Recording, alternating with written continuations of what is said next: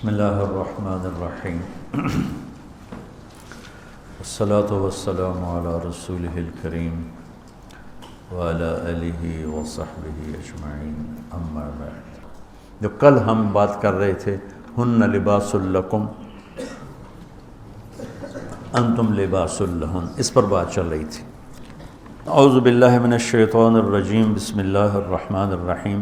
احل لکم لیلۃ الصیام الرفث الی نسائکم ہن لباس لکم وانتم لباس لہن علم اللہ انکم کنتم تختانون انفسکم فتاب علیکم وعفا عنکم فالآن باشروہن وابتغوا ما کتب اللہ لکم وکلوا واشربوا حتی یتبین لکم الخیط الابیض من الخیط الاسود من الفجر ثم اتموا الصیام الی اللیل ولا تباشروهن وانتم عاکفون فی المساجد تلک حدود اللہ فلا تقربوها كذلك يبین اللہ آیاتہ للناس لعلہم یتقون۔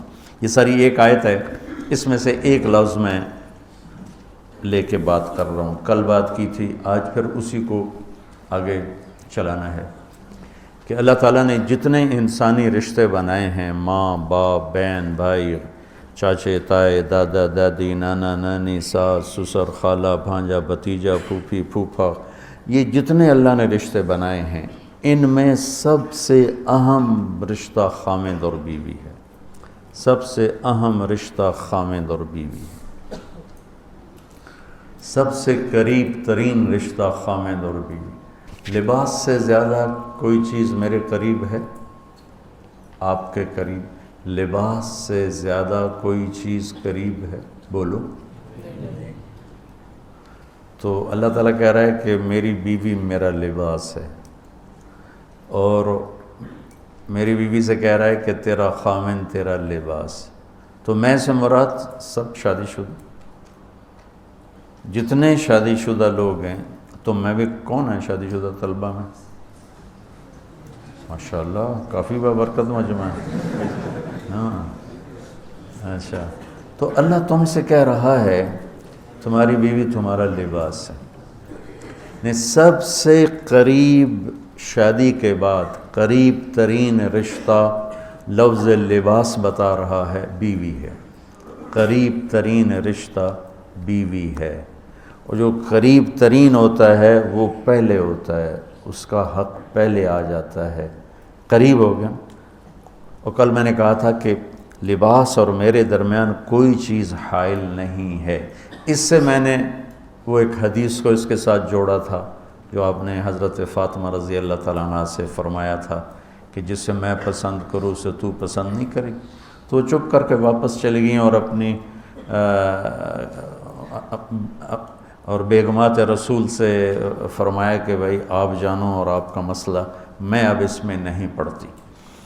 تو یہ رشتہ سب سے قریب ہو جاتا ہے، اس سے قریب اور کوئی رشتہ نہیں ہے۔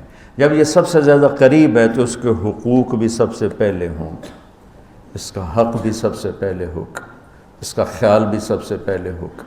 ہمارا جوائنٹ فیملی سسٹم ہے۔ میں کوئی بچیوں کو ساس سسر کے خلاف نہیں بھڑکا رہا، جو سسرال میں زیادتی ہو رہی ہے میں اس کے ازالہ کی کوشش کر رہا ہوں۔ آنے والی بچی اپنے ماں باپ کو چھوڑ کر آئی ہے، اب وہ اپنے خامند کے ماں باپ کو اپنا ماں باپ بنا لے تو اس کی سعادت ہے، اور بچے کے ماں باپ نے اپنی بیٹیوں کو آگے روانہ کر دیا ہے، وہ اس آنے والی بہو کو اپنی بیٹی بنا لیں تو کتنا خوبصورت ہو جائے گا یہ نظام۔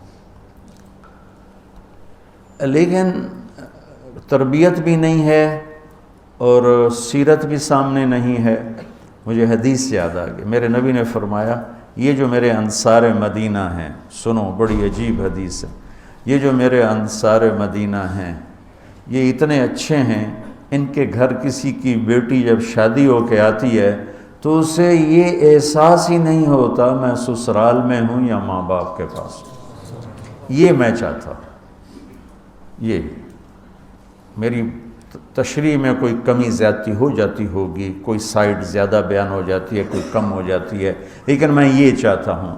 یہ حدیث مجھے اللہ نے ابھی یاد دلوائی ہے، حیات الصحابہ میں ہے، جلد اول میں ہے کہ آپ نے فرمایا کہ یہ جو میرے انصار، میں دوبارہ کہہ رہا ہوں، یہ جو میرے انصار مدینہ ہیں یہ اتنے قابل تعریف ہیں کہ ان کے گھر جب کسی کی ڈولی اترتی ہے تو اس آنے والی بچی کو یہ احساس نہیں ہوتا کہ میں اپنے گھر میں ہوں یا سسرال کے گھر میں۔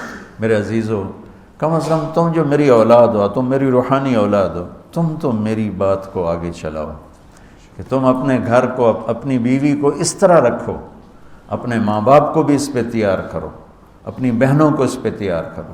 ایک رخ تنقید دی، اے کر دی بھائی، اے کر دی بھائی، یہ سارا یہ میرا ماحول ہے، پتہ اٹھیندی کی میں، باندھی کی میں، ٹردی کی میں، یہاں تک یہ ساری کانوں سنی باتیں۔ تو بچے کے ماں باپ کہیں ہماری بیٹیوں کی تو شادی ہو گئی، اللہ نے ہمیں بیٹی دے دی ہے، اب ہم اس کو بیٹی بنا کے رکھیں گے، اور آنے والی کہے کہ میرے ماں باپ کو تو میں نے چھوڑ دیا، اب میرے خامند کے ماں باپ میرے ماں باپ ہیں، میں نے ان کے پاؤں دھو کے پینے ہیں، تو خود اپنی خوشی سے سارے گھر کی خدمت کرے، کون روکتا ہے؟ لیکن جو ہمارا ایک جابرانہ ماحول ہے، اس نے اس رشتے کو توڑ کے رکھ دیا ہے۔ یہ جو آنے والی لڑکی ہے اس کے ذمہ ہے نسل تیار کرنا، نسل۔ میری بہو سے میری نسل چلے گی اور میں اسی پر جوتا اٹھا کے کھڑا ہوں، کتنی بڑی زیادتی۔ ماں یہ نہیں سوچتی کہ میری نسل جو چلے گی اس لڑکی سے چلے گی۔ اب ساس اگر یوں سوچے کہ میری نسل اس سے چلے گی، سسر یوں سوچے میری نسل اس سے چلے گی، خامند یوں سوچے یہ میری نسل اس سے چلے گی، خامند کی بہنیں یوں سوچیں ہمارے بھائی کی، ہمارے باپ کی نسل اس سے چلے گی، تو ہم اس کو عزت دیں، محبت دیں، پیار دیں۔ تو وہ پاگل ہے جو تمہیں کاٹ کھائے گی یا تم سے لڑے گی؟ اس کو تانے اتنے ملتے ہیں، ذلت اتنی ملتی ہے۔ اور میں نے جیسے کہا لباس سب سے قریب ہے، تو اس کے بعد بیوی کا حق سب سے پہلے آ جاتا ہے۔ ماں باپ کی طرف سے زیادتی آئے تو تمہارے ذمہ ہے اپنی بیوی کو بچاؤ، اللہ کے واسطے اپنی بیویوں کی حفاظت کرو۔ ہاں تمہاری بیوی کی طرف سے زیادتی آئے تو اللہ کے واسطے ماں باپ کی حفاظت کرو۔ تو اس کا مطلب یہ نہیں کہ تم ڈنڈا اٹھا لو، اپنے اخلاق ایسے بناؤ، سپرنگ بن جاؤ، سپرنگ جو فریشر سے کو قبول کر کے دب کر کے نیچے چلا جاتا ہے۔ نیچے جانے میں جڑ جانے کا نظام چھپا ہوا ہے کہ جھک جاؤ، ماں باپ ناراض ہو ان کے پاؤں پکڑ لو، بیوی ناراض ہو اس کے پاؤں پکڑ لو۔ ذلت میں عزت چھپی ہوئی ہے، ساری زندگی کا تجربہ بتا رہا ہوں۔ ذلت اللہ کی رضا کے لیے ذلت اٹھانے میں عزت چھپی ہوئی ہے۔ ہن لباس لکم، کتنا ہی مجھے غصہ چڑھا ہو میں اپنے کپڑے پھاڑوں گا، مجھے غصہ آ گیا میں نے اپنے کرتے پھاڑنے جو کسی یہ پاگل تو کرے گا، سمجھدار دوئے دا کرتا پاڑے گا، اپنا نہیں پاڑے گا۔ اب مجھے بیوی پہ غصہ چڑھ گیا تو میرا لباس ہے، اس کو تار تار کر دوں، گالیاں دوں، تھپڑ ماروں، تو ایسے جیسے میں اپنے کرتے کو پھاڑ رہا اور اپنے کرتے کو تار تار کر رہا۔ بیوی کو غصہ چڑھے تو وہ اپنے کپڑے پھاڑتی ہے۔ کپڑوں کے لیے کتنے حفاظتی نظام ہیں، الماریاں بنی ہوئی ہیں اور ہینگر بنے ہوئے ہیں، کریز خراب نہ ہو۔ ایک چھوٹا سا بچہ ہے لیکن اپنے لباس کو کیسے حفاظت کر رہا ہے، کریز ٹھیک کر رہا ہے، سرانے کے نیچے رکھ رہا ہے اور اس کو صاف ستھرا رکھ رہا ہے۔ ہم کھاتے ہوئے کیا کرتے ہیں، آگے اگر کپڑے نئے پہنے ہوں تو آستینیں چڑھا لیتے ہیں کہ کہیں کوئی شوربہ کچھ سالن ادھر نہ لگ جائے، ادھر نہ لگ جائے، اور آگے ہم کیا کرتے ہیں، تولیہ رکھتے ہیں، نیپکن رکھتے ہیں، رومال رکھتے ہیں۔ بڑے بڑے ہوٹلوں میں جاؤ تو پہلے وہ ساتھ رکھا ہوتا ہے کہ کوئی کھانے کا ذرہ گرے، سالن کا کوئی قطرہ گرے تو آپ کے کپڑے خراب نہ ہوں۔ ہم کیچڑ میں جا رہے ہوں تو ہم اپنے پاؤں گندے کر لیتے ہیں، کپڑے گندے نہیں ہونے دیتے، اپنے شلوار اوپر کر لیتے ہیں، پتلون اوپر کر لیتے ہیں، پاجامہ اوپر کر لیتے ہیں۔ تو جب کہیں سے کوئی آنے لگے ایسی ناگواریاں تو اپنے اوپر لے لو، بیوی پہ نہ آنے دو۔ ہم کپڑا بچاتے ہیں یا پاؤں بچاتے ہیں؟ کپڑا بچاتے، شلوار اوپر ٹانگ لیتے، کرتے کو یوں سمیٹ لیتے ہیں. تو جتنا کیچڑ ہے حالات کا، واقعات کا، اخلاق کا، وہ کیچڑ اپنے اوپر لے لو، بیوی کو بچا لو. اور بیوی کیا کرے؟ وہ جتنا کیچڑ ہے حالات کا، واقعات کا، ناگواریوں کا، اپنے اوپر لے لے، خامد کو بچا لے. لباس کا اور کیا کام ہے؟ یواری سواتکم، یہ تمہارے عیب چھپاتا ہے. تو میرا کام کیا ہے؟ میں بیوی کی کمیاں چھپاؤں، ڈھنڈورا نہ پیٹوں. بیوی کا کام کیا ہے؟ خامد کی کمیاں چھپائے، ڈھنڈورا نہ پیٹے. دوسرا کام کیا ہے لباس کا؟ وریشہ، لباس مجھے خوبصورت بناتا ہے. یہ ایک واحد رشتہ ہے جو زندگی کو خوبصورت بناتا ہے. سب کچھ ہو، بیوی نہ ہو تو تنہائی کا احساس مار دیتا ہے. اس سے ایک اور مطلب نکلتا ہے کہ لباس کے بغیر ایک لمحہ گزارا نہیں. سارا دن پانی نہیں پیتے ہیں نا، اب میں بیان میں پانی پی رہا ہوں، لیکن 16 گھنٹے تو گزارے نا، پانی نہیں پیا، کھانا نہیں کھایا. 16 سیکنڈ لباس کے بغیر گزار سکتے ہیں؟ بولو. کوئی بھی کمرے میں نہ ہو، تم تنہا ہو، تم کپڑے اتارو تو تم اپنے آپ کو عجیب فیل کرو گے. تم خود اپنے آپ کو چادر میں چھپانے کی کوشش کرو گے. ان لباس ایک ایسی زبردست ضرورت ہے بلا دلیل کہ تم تنہا کمرے میں بھی کپڑے اتارو تو تم اپنے آپ کو عجیب سا محسوس کرتے ہو. اس سے پتہ چلا کہ بیوی کے بغیر کوئی زندگی نہیں ہے اور خامد کے بغیر عورت کی کوئی زندگی نہیں ہے. یہ ہمارا بدبخت معاشرہ ہندی کہ کسی بچی کو طلاق ہو جائے وہ گل سڑ کے مر جاتی، اس کی شادی نہیں ہوتی. کوئی جوان بچی بیوہ ہو جائے وہ سسک سسک کے مر جاتی، اس کی شادی نہیں ہوتی. کوئی 40-50 سال کا ہو جائے مرد، اس کی بیوی مر جائے، کوئی اس کو لڑکی دینے کے لیے تیار کوئی نہیں. اور لباس کا لفظ بتاتا ہے کہ شادی کے بغیر انسان ننگا ہے، اور ننگے انسان کا کوئی کہیں بھی گزارا نہیں ہے. لفظ لباس بتاتا ہے کہ ہم اس چیز کو رواج دیں کہ شادیاں ہوں، بیوہ کی شادی ہو، مطلقہ کی شادی ہو، کوئی کس کی بیوی مر جاتی ہے. حضرت ابن مسعود کا فرمان ہے اگر میری موت میں 10 دن باقی ہوں تو بھی میں شادی کر لوں گا اگر میری بیوی مر جائے تو. ابو ہریرہ کہتے ہیں اگر میری زندگی میں 7 دن باقی ہوں اور میری بیوی مر جائے تو میں 1 ہفتہ بھی شادی کے بغیر نہیں رہوں گا، میں شادی کر لوں گا. تو ہم ایک ہندی معاشرے سے متاثر ہیں جہاں بیوہ کی کوئی سنوائی نہیں، مطلقہ کی کوئی سنوائی نہیں، اور کوئی جوان بھی 2-4 بچے ہیں اور بیوی مر جائے تو اس کی کوئی شادی نہیں ہے. وہ سسک سسک کے وہ بلک بلک کے زندگی گزارتے ہیں. ہم لوگ اس کو رواج دیں. لباس، لفظ لباس بتا رہا ہے کہ جیسے لباس کے بغیر ایک لمحہ آدمی چین سے نہیں بیٹھ سکتا، ایسے ہی اس رشتے کے بغیر زندگی میں کوئی خوبصورتی نہیں، کوئی حسن نہیں ہے. ہن لباس لکم انتم لباس لہن. تو لباس کیا کرتا ہے؟ زیب و زینت. لباس کیا کرتا ہے؟ عیب چھپاتا ہے. لباس کیا کرتا ہے؟ خوبصورت بناتا ہے. تو اس رشتے کو خوبصورت بنانا ہے. بیوی خامند کے لیے، خامند بیوی کے لیے. کس طرح یہ رشتہ خوبصورت بنے گا؟ اچھے اخلاق کے ساتھ. اچھے اخلاق کے ساتھ. اگر گھر والوں کے اخلاق اچھے ہوں، وہ بچی ساس سسر کو ماں باپ بنا لے، ساس سسر بچی کو ماں باپ بنا لے، خامند بیوی کو ہتھیلی کا چھالہ بنا لے، بیوی خامند کو ہتھیلی کا چھالہ بنا لے. میں قربان جاؤں اپنے نبی پر. ساری کائنات کو نور ایمان دینے والی ہستی، اور حضرت عائشہ رضی اللہ عنہ کو لقمے بنا کے کھلا رہے. کمال. حضرت عائشہ رضی اللہ تعالیٰ عنہ وہ بڑی بڑی بوٹیاں ہوتی تھیں نا، وہ اٹھا کے ایسے نوچتیں اور پھر رکھ دیتیں، روٹی کا ٹکڑا اٹھاتی. میرے نبی وہی بوٹی اٹھاتے جہاں حضرت عائشہ نے نوچا ہوتا تھا، وہیں دکھا کے کرتے تھے ان کی محبت کو لینے کے لیے. اور ہمیں سکھانے کی۔ تو حضرت عائشہ رضی اللہ تعالیٰ عنہ گلاس اٹھاتی اور یہ پیا،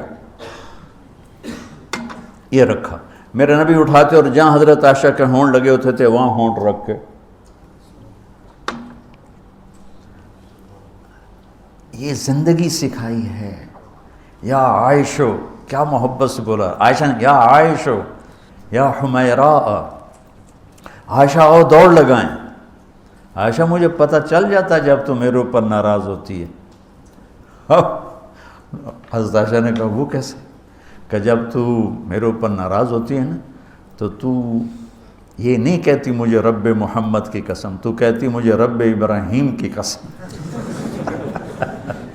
جب تو میرے اوپر راضی ہوتی ہے تو کہتی ہے مجھے رب محمد کی قسم، اور جب تو میرے اوپر ناراض ہوتی ہے تو کہتی مجھے رب ابراہیم کی قسم۔ کہ یا رسول اللہ صلی اللہ علیہ وسلم نام ہی آپ کا نہیں لیتی، میرا تو دل آپ پہ کیا، میری جان قربان ہے آپ پر۔ عرب کے ماحول میں اظہار عشق عیب تھا بیوی سے، ہاں معشوق سے اظہار عشق ساری شاعری بھری پڑی، لیکن بیوی سے اظہار عشق عیب، موت۔ اس ماحول میں جس میں بیوی سے اظہار عشق ایک عیب تھا اور معشوق سے اظہار عشق شاعری بھری پڑی ہے، عرب کی شاعری بھری پڑی ہے عشق و معشوقی سے۔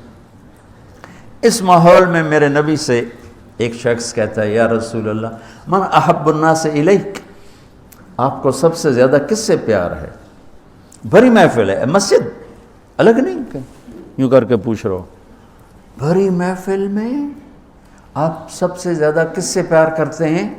تو آپ نے زور سے کہا عائشہ سے۔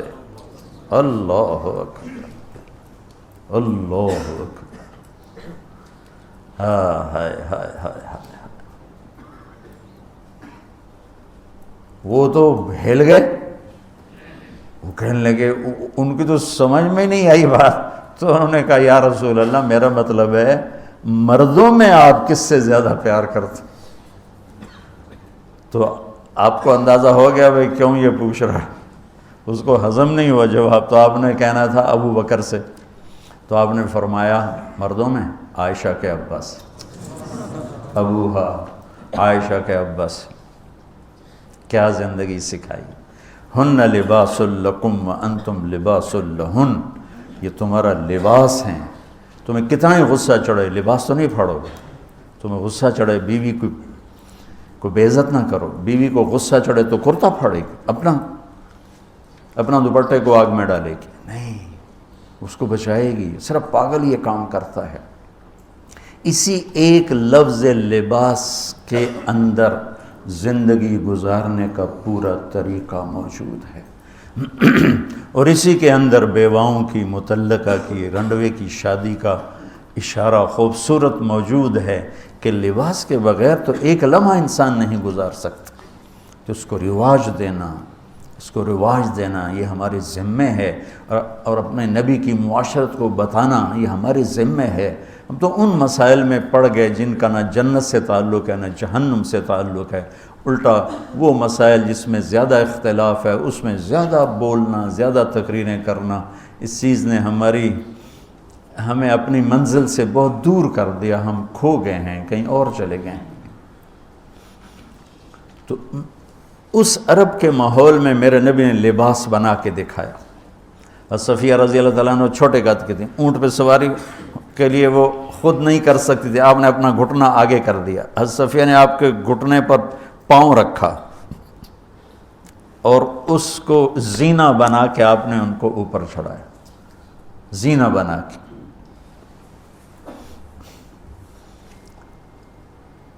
جہاد کے سفر سے واپسی ہو رہی ہے، سب صحابہ سے کہا آگے نکل جاؤ، سب آگے نکل گئے، اتنا نکلے کہ غائب ہو گئے، نظر نہیں آ رہے، تو آپ نے کہا عائشہ دوڑ لگائیں، اللہ، عائشہ دوڑ لگائیں، ہم نے کہا جی لگائیں، تو حضرت عائشہ فرماتی ہیں میں نے دوڑ لگائی، میں آگے نکل گئی، آپ پیچھے رہ گئے۔ کچھ سال گزر گئے، جہاد کے سفر سے واپسی ہو رہی، آپ نے کہا عائشہ دوڑ لگائیں، میں نے کہا جی لگائیں، چلو بھائی آگے چلے جاؤ، سب آگے چلے گئے، غائب ہو گئے۔ تو کہنے لگے میں نے دوڑ لگائی، میں موٹی ہو گئی تھی، میں پیچھے رہ گئی، آپ آگے نکل گئے، تو آپ نے کہا حاضی بتلک، اب ہمارا تیرا حساب برابر ہو گیا۔ آپ بچوں زندگی تو پڑھو کہ تمہارے نبی نے کیا خوبصورت زندگی گزاری ہے۔ ایک صحابی کہتے ہیں دائم الفکرہ متواصل الاحزان، کیسے تھے ہمارے نبی؟ تو وہ جواب دیتے ہیں بڑے غمگین، بڑے فکر مند۔ ٹھیک ہو؟ یہی سوال ایک شخص حضرت عائشہ سے کرتا ہے، کیسے تھے ہمارے نبی؟ کہتی ہیں کان ضحاکن بسامن، بڑے ہنسنے والے، بڑے مسکرانے والے۔ ایک کہہ رہا ہے بڑے غمگین، بڑے فکر والے، ایک کہہ رہی ہیں بڑے ہنسنے والے، بڑے مسکرانے والے۔ یہ فرق کیوں ہے؟ ایک نے دیکھا ہے مسجد کے ماحول میں، وہاں نبوت کی ذمہ داری مقدم ہے، اور اس کا احساس آپ پر وزن ڈال رہا ہے۔ اما عائشہ نے دیکھا مسکراتا ہنستا، کہاں؟ گھر میں۔ گھر میں آپ مسکرانے والے ہیں، آپ ہنسنے والے ہیں، اور نبوت کی ذمہ داری ہے، درد بھی ہے، لیکن اس کو اندر چھپا لیا ہے۔ اب بیگم کو ہنس کے دکھا رہے ہیں، خوش ہو کے دکھا رہے ہیں، اور ان کے ساتھ لاڈ کر رہے ہیں، ان کے ساتھ پیار کر رہے ہیں۔ جہاد کا سفر ہے، جہاد کا، اور سفر کے لیے تیاری کا اعلان اور کوچ کا اعلان۔ حضرت عائشہ اونٹنی پہ بیٹھیں، گلے میں دیکھا ہار کوئی نہیں، کہا یا رسول اللہ میں تو نہیں جاؤں کہ میرا ہار گم ہو گیا، میرا ہار پہلے ڈھونڈوائیں۔ سارے لشکر کو ہار پہ لگا دیا۔ آپ کہتے تیرا دماغ خراب ہے؟ میں جہاد میں تیرے لاڈ اٹھاؤں اور تیرے ہار کے پیچھے میں سفر کینسل کروں؟ چلو چلو۔ آپ نے کہا چلو بھائی عائشہ کا ہار ڈھونڈو۔ سارے ہار ڈھونڈنے میں لگ گئے، سارے۔ یہ میں کہاں سے، کوئی میں فرضی قصے بیان کر رہا ہوں؟ گھڑ گھڑ کے بیان کر رہا ہوں؟ تمہیں اپنے حبیب کی سیرت سے اٹھا کے دے رہا ہوں۔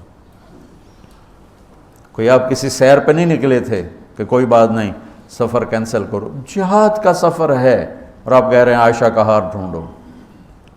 آپ دیکھ رہے تھے کہ آگے عورتوں کے ساتھ کتنے کتنے ظلم ہوں گے۔ تم کو بھی سنو ان کی چیخیں اور آہیں جو میں سنتا ہوں، تمہارے کلیجے پھٹ جائیں کہ کس قدر ظلم ہے۔ اور تمہیں عجیب بات بتاؤں، یورپ میں نظر آتا ہے عورت بڑی آزاد ہے، یورپ کی عورت پر یہاں سے بھی زیادہ ظلم ہوتا، دیکھنے میں وہ آزاد نظر آتی، لیکن اوف اللہ اللہ